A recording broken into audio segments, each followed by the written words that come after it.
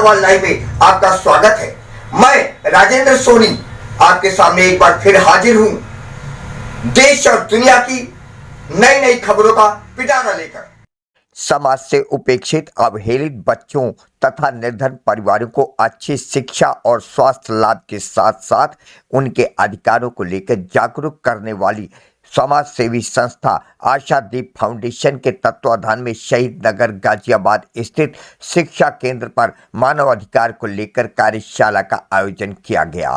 पूर्वाह्न 10 बजे से आरंभ हुई इस कार्यशाला में उपस्थित अतिथियों में श्रीमती बिंदु राय, अध्यक्ष राष्ट्रीय महिला उत्थान संस्था, रामदुलारी यादव, लोक शिक्षा अभियान के साथ ह्यूमन राइट्स वुमेन सेल की head Radha Jolly, Anita Khanna coordinator NCR तथा सिमरन के साथ दिल्ली एनसीआर के समस्त पत्रकारों ने हिस्सा लिया।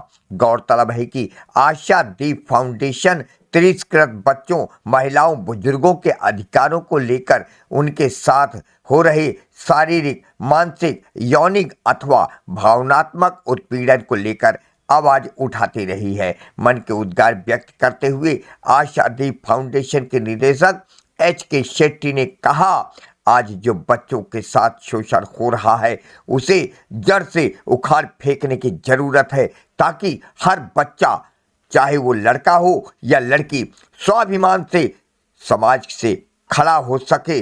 देखिए राजेंद्र सोनी की ये खास report. Right to survive, right to survive. ये किसका बारे में बोला जा रहा है? किसका बारे में? बच्चों के बारे में, बच्चों के बारे में। बच्चों और बच्चे किसको कहते हैं? जो 18 साल से कम है, जो 18 साल से कम है, वो लड़का हो और लड़की हो, और जो 18 साल से कम है उसको हम बच्चे बोलते हैं। ये इंटरनेशनल लॉ है, ये UNCRC ने बोला गया है। तो ये 4 हिस्सा में बांटा गया है। राइट टू सर्वाइव, हर बच्चों का जीने का अधिकार है। वो दलित हो, वो गांव की बच्चा हो, वो गरीब हो, और वो चमार की बच्चा हो, वो ब्राह्मण की बच्चा हो, वो प्रेसिडेंट का बेटा हो, प्राइम मिनिस्टर का बेटा हो, और वो रिक्शा पुलर का लड़की भी हो। हर बच्चों का जीने का अधिकार है, उसको कोई खराब कर नहीं सकता। हर बच्चों का प्रोटेक्शन है। Right to protection, right to protection, protection from all sex of abuse, all form of abuse. सभी प्रकार सेक्सुअल अब्यूज से प्रोटेक्ट करना है, नेग्लेक्ट नहीं करना है, मेडिकल प्रोवाइड करना है, एजुकेशन प्रोवाइड करना है, कॉर्पोरल पनिशमेंट नहीं है, बंद कर दिया। बच्चों को कोई मार नहीं सकता, इवन दो बाप होकर भी मार नहीं सकता, माँ होकर भी मार नहीं सकता, टीचर होकर भी मार नहीं सकता, चाचा चाची होकर भी मार नहीं सकता, कोई बच्चों को फिजिकल अटैक कर नहीं सकता। Corporal punishment to the children is strictly ban. Development मतलब overall development of a child, overall development of a child है। एजुकेशन में हो, सोशल में हो, फिजिकल में हो, स्पिरिचुअल में हो, मेंटल डेवलपमेंट हो, फिजिकल डेवलपमेंट हो। कोई कोई बच्चा तो इतना लंबा होता है, उसका वजन कितना होता है? लंबा से कम है, सूखा होता है। तो चाइल्ड का ये ओवरऑल डेवलपमेंट हो रहा है? नहीं। ओवरऑल डेवलपमेंट का बात करें, होलिस्टिक डेवलपमेंट की बात करें, तो बच्चों को खाना पीन सही से होना चाहिए, रहन सहन सही होना चाहिए, बच्चों को अच्छा से कपड़ा मिलना चाहिए, अच्छे ठीक टाइम पे खाना मिलना चाहिए, बेहतर सुविधा मिले बच्चों को रहने के लिए, तब होलिस्टिक डेवलपमेंट हो। स्कूल बच्चा जाए तो स्कूल पसंद करे। हमें ये चीज को आगे तक बढ़ाने का समय आ गया है। हम चुपचाप बैठना नहीं है, खास करके बच्चों को इश्यू लेकर हमें बच्चों को आने वाले भविष्य तक अगर हम सोचते हैं। कहना चाहूंगा, संविधान से भारत चलता है। भारत के हर समुदाय को संविधान उसके रिलीजन को उसके अकॉर्डिंग जीने का अधिकार देता है। लेकिन साथ ही साथ हमारा संविधान समानता का भी अधिकार देता है। हम सब व्यक्ति को समानता का अधिकार है और उस समानता के आधार पर हम किसी के साथ भेदभाव नहीं कर सकते, चाहे वो हमारे बच्चे क्यों ना हो, चाहे वो हमारे माता पिता क्यों ना हो, चाहे वो हमारे गार्जियन। मैंने भी सुना है, विस्तार से बात हो गई है। मैं इतना ही कहना चाहता हूं कि परिवार नागरिक गुणों की प्रथम पाठशाला है। परिवार नागरिक गुणों की प्रथम पाठशाला है और प्रथम पाठशाला में जो अपने बच्चों को सही दिशा दे देता है, सही विचार देता है, सही समाज में कैसे रहा जाएगा वो विचार देता है, तो बच्चे उस रास्ते पर स्वयं चलते रहते हैं और उनके अंदर जो विचार आप पैदा करते हैं, क्योंकि वो चेट्टी साहब ने कहा कि वो एक पौधा है और पौधा जितना ही उसे अच्छी खाद और जितना ही अच्छा पानी दिया जाता है वो पौधा उतना ही विकसित होता है। उसी प्रकार बच्चे को जितना भी आप दिशा देंगे उतना ही वह महत्वपूर्ण भूमिका समाज में निभाएगा। मैं आप लोगों के बीच में कहना चाहता हूं कि जो दादी और नानी बच्चों को कहानियां सुनाया करती थी महापुरुषों की, जिन लोगों ने देश के अंदर समाज के अंदर बड़ा काम किया है, उनका प्रभाव उन बच्चों पर पड़ता था और वही लोग देश के लिए मर मिटने का काम करते थे। मैं यहाँ भगत सिंह जी का उदाहरण देता हूँ।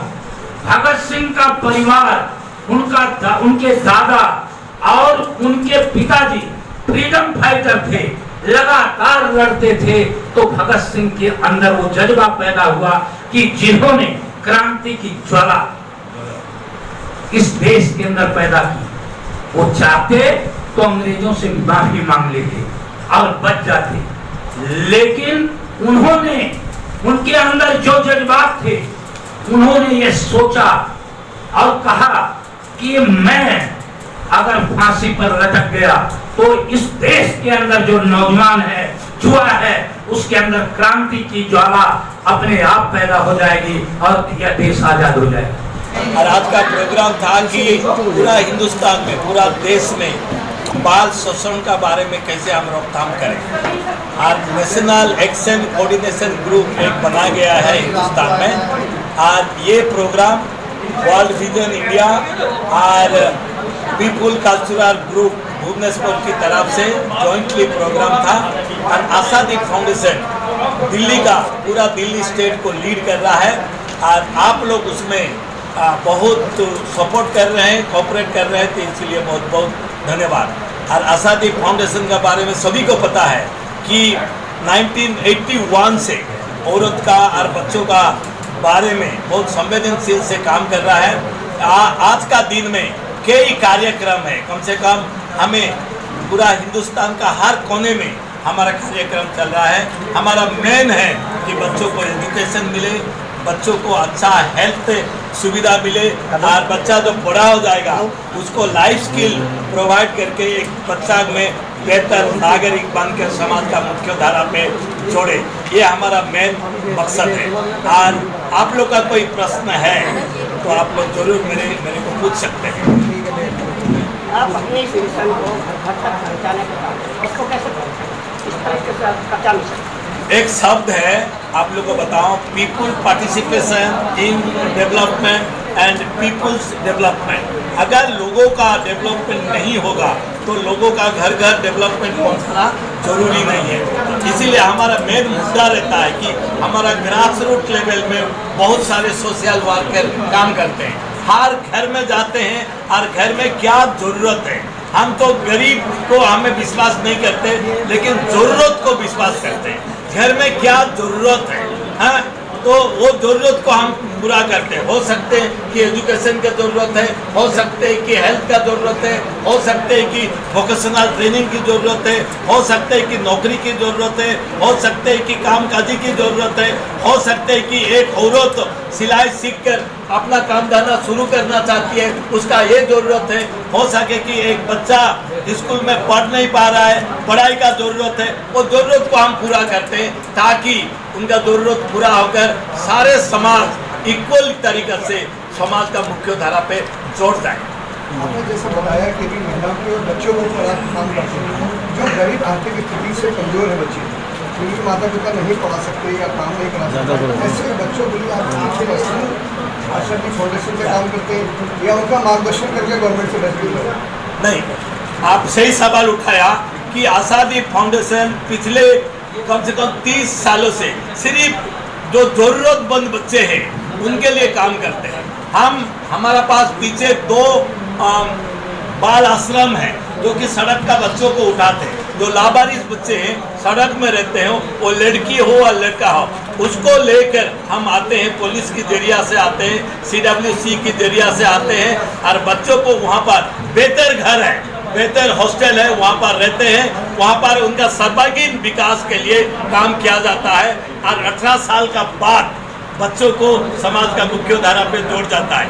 और रही आपका समाज जो गरीब है, जो जरूरतमंद है, जो कबाड़ा चुनते हैं, जो रिक्शा चलाते हैं, जो मजदूरी करते हैं, जिसका कि एजुकेशन का मतलब ही उनको पता नहीं है, उन्हीं बच्चों को भी हम पढ़ाते हैं। हमारे पास अभी 500 बच्चे हैं जो रेड पिकिंग करते हैं, जो माँ बाप कबाड़ा चुनते हैं, उन्हीं बच्चों के लिए हम एजुकेशन देते हैं।